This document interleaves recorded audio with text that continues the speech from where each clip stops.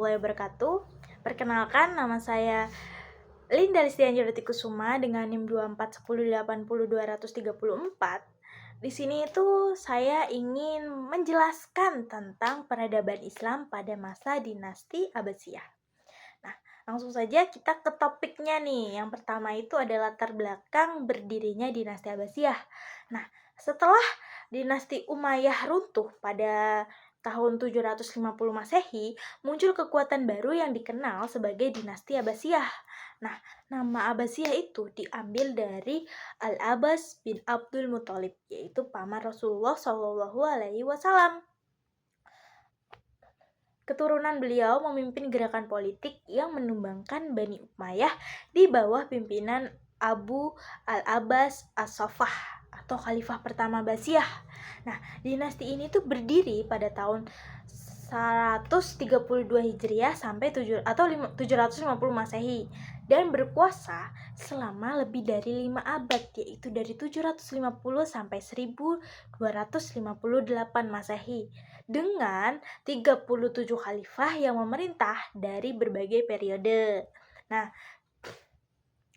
mereka memindahkan ibu kota dari Damaskus itu ke Baghdad, yang kemudian menjadi pusat ilmu pengetahuan dan kebudayaan dunia Islam. Nah, ciri khas dari sistem pemerintahan Abbasiyah itu berbeda dengan Umayyah dalam hal gaya pemerintahan. Jika Umayyah itu lebih bercorak pada politik dan militer, maka Abbasiyah ini lebih menonjolkan intelektual dan keagamaan. Nah, pemerintah mereka itu dikenal dengan sebagai teokrasi Islam karena ulama itu memiliki peran penting dalam kehidupan negara.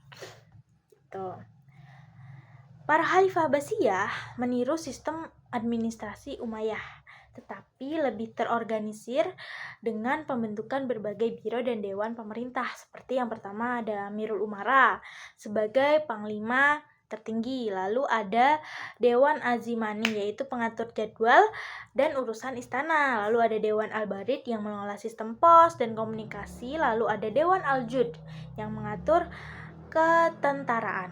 Lalu habis itu selain itu ada Qadi Al-Qudat yaitu yang mengatur lembaga peradilan. Nah, selain itu mereka tuh juga memiliki menteri atau wasir. Dari pegawai profesional, banyak diantaranya itu yang berasal dari Persia, Turki, dan membantu mengelola urusan negara secara efisien. Nah, Lalu ada pembagian periode pemerintahan Abbasiyah. Nah, kekuatan dinasti Abbasiyah itu dibagi menjadi 4 periode utama. Yang pertama itu ada periode pada tahun 750 sampai 847 yang yaitu pengaruh Persia. Nah, pada masa ini khalifah itu masih keturunan Arab murni. Namun budaya Persia itu sangat berpengaruh dalam pemerintahan. Khalifah yang terkenal diantaranya yaitu ada Abu al-Abbas as-Saffah, yaitu dia yang pendiri dari dinasti Abbasiyah ini. Lalu dilanjutkan oleh Abu Ja'far al-Mansur, yaitu pembangunan kota Baghdad.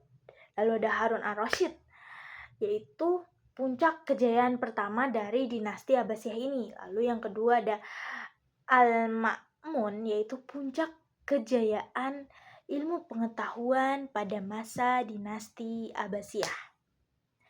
Nah, Baghdad memiliki berbagai pusat ekonomi, kebudayaan Islam di dunia. Nah, periode kedua pada tahun 847 sampai 1944 Masehi, dominasi bangsa Turki mulai memiliki pengaruh kuat dalam militer dan politik. Nah, khalifah itu kehilangan sebagian kekuasaan real dari banyak kebijakan yang dikendalikan oleh Panglima Turki. Nah, lalu ada periode ketiga, yaitu pada tahun 1944 sampai 1258 Masehi pada masa Bani Saljuk.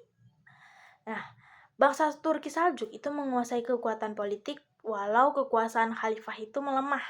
Namun, kehidupan intelektual dan budaya Islam itu tetap berkembang pesat hingga akhirnya hancur akibat serangan dari bangsa Mongol pada tahun 1258. Nah, kemajuan lalu selanjutnya itu ada kemajuan peradaban Islam. Nah, dinasti Abbasiyah adalah masa keemasan peradaban Islam.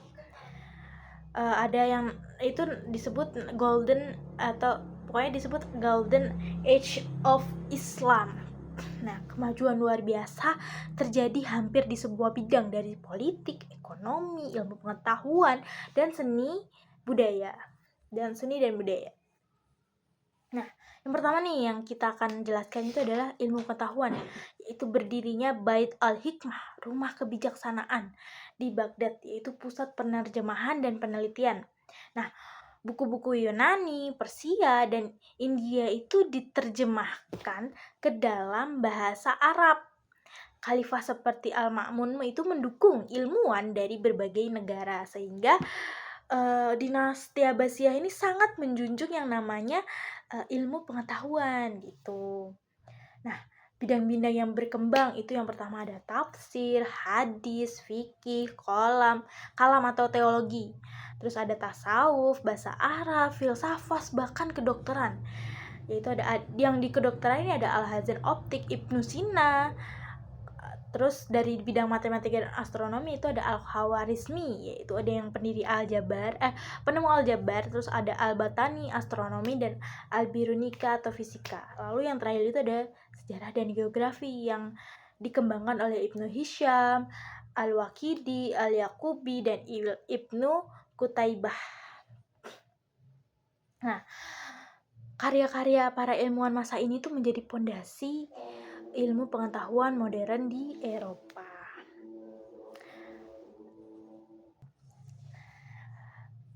Oke, selanjutnya ada ekonomi dan industri. Nah, kota-kota besar seperti Basrah, Kufah, Damaskus itu berkembang menjadi pusat industri. Yang pertama Basrah itu penghasil sabun dan kaca. Lalu ada Kufah penghasil sutra. Lalu Damaskus ini tuh dia penghasil kain sutra. Nah, pemerintahan juga membangun bendungan dan kanal irigasi untuk pertanian. Lalu ada jalur perdagangan internasional dibuka dari India, Tiongkok hingga Afrika. Jadi emang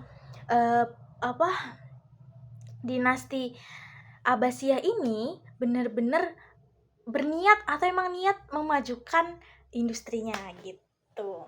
Jadi maju kotanya. Lalu ada di bidang politik dan militer. Nah,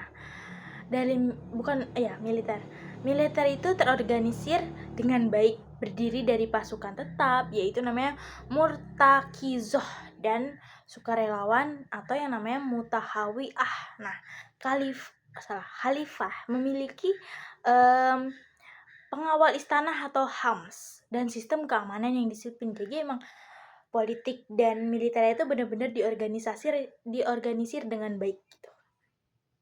Lalu dari seni budaya nih. Seni dan budaya. Seni Islam itu mengalami kemajuan luar biasa seperti ada namanya kaligrafi, sastra, musik, dan arsitektur yang berkembang pesat pada dinasti Abbasiyah ini. Nah, dibuktikan dengan banyaknya masjid, madrasah, perpustakaan, dan tempat observatorium. Hebat banget pada masa Bani Abbasiyah ini. Lalu gaya arsitektur Abbasiyah itu dikenal megah, namun tetap memiliki nilai-nilai religiusnya gitu. Lalu setelah adanya kemajuan yang pesat, terus perlahan-lahan juga ada penyebab faktor kemunduran dinasti Abbasiyah. Nah, setelah berabad-abad berjaya nih, dinasti Abbasiyah itu mengalami kemunduran karena faktor internal dan eksternal. Yang internal dulu nih. Yang pertama itu adalah kemewahan hidup di istana yang menyebabkan khalifah itu terlena dan tidak kurang menjalankan kewajibannya sebagai khalifah. Lalu ada perebutan kekuasaan nih antar keluarga Bani Abbasiyah saling berebut kekuasaan. Lalu ada konflik keagamaan khususnya antara Sunni dan Syiah. Lalu ada wilayah yang terlalu luas membuat kontrol pemerintahan itu melemah. Jadi saking luasnya wilayah, kontrol dari pusat pemerintahannya itu kadang nggak berjalan gitu. Lalu ada krisis ekonomi dan berkurangnya pendapatan negara. Nah, itu menjadi faktor internal nih dalam kemunduran dinasti Abbasiyah. Lalu yang kedua ada faktor eksternalnya, yaitu pemberontakan daerah dan muncul dinasti-dinasti kecil.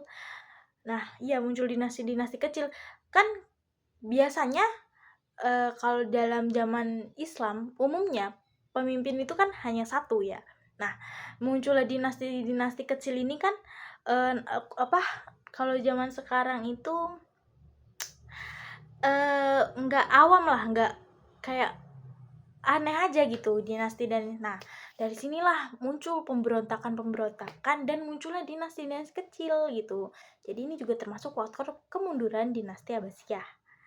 Lalu ada dominisasi bangsa Turki dan Persia dalam politik dan militer.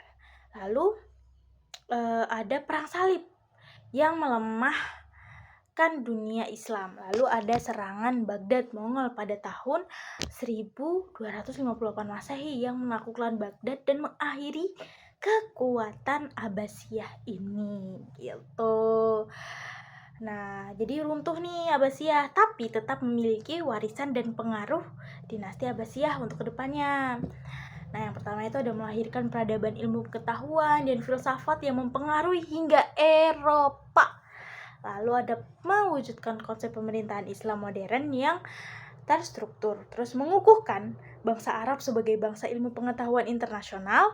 Lalu ada membangun tradisi ilmiah dan akademik yang menjadi dasar berdirinya universitas-universitas modern di dunia barat. Oke, itu warisannya nih. Nah, jadi kesimpulannya, dinasti Abbasiyah itu merupakan puncak kejayaan peradaban Islam yang di bawah kepemimpinan mereka, Islam itu tidak hanya berjaya di bidang politik dan ekonomi, tetapi juga menjadi pusat ilmu pengetahuan dan kebudayaan dunia. Nah, semangat ini ilmiah, toleransi, keterbukaan pada masa ini menjadi warisan besar bagi peradaban manusia hingga saat ini. Patut diacungi jempol ini pada dinasti Abbasiyah. Sekian presentasi dari saya. Mohon maaf bila ada salah-salah dalam menjelaskan tentang dinasti Abbasiyah. Sekian video dari saya. Billahi taufiq wal hidayah. Wassalamualaikum warahmatullahi wabarakatuh. Dadah.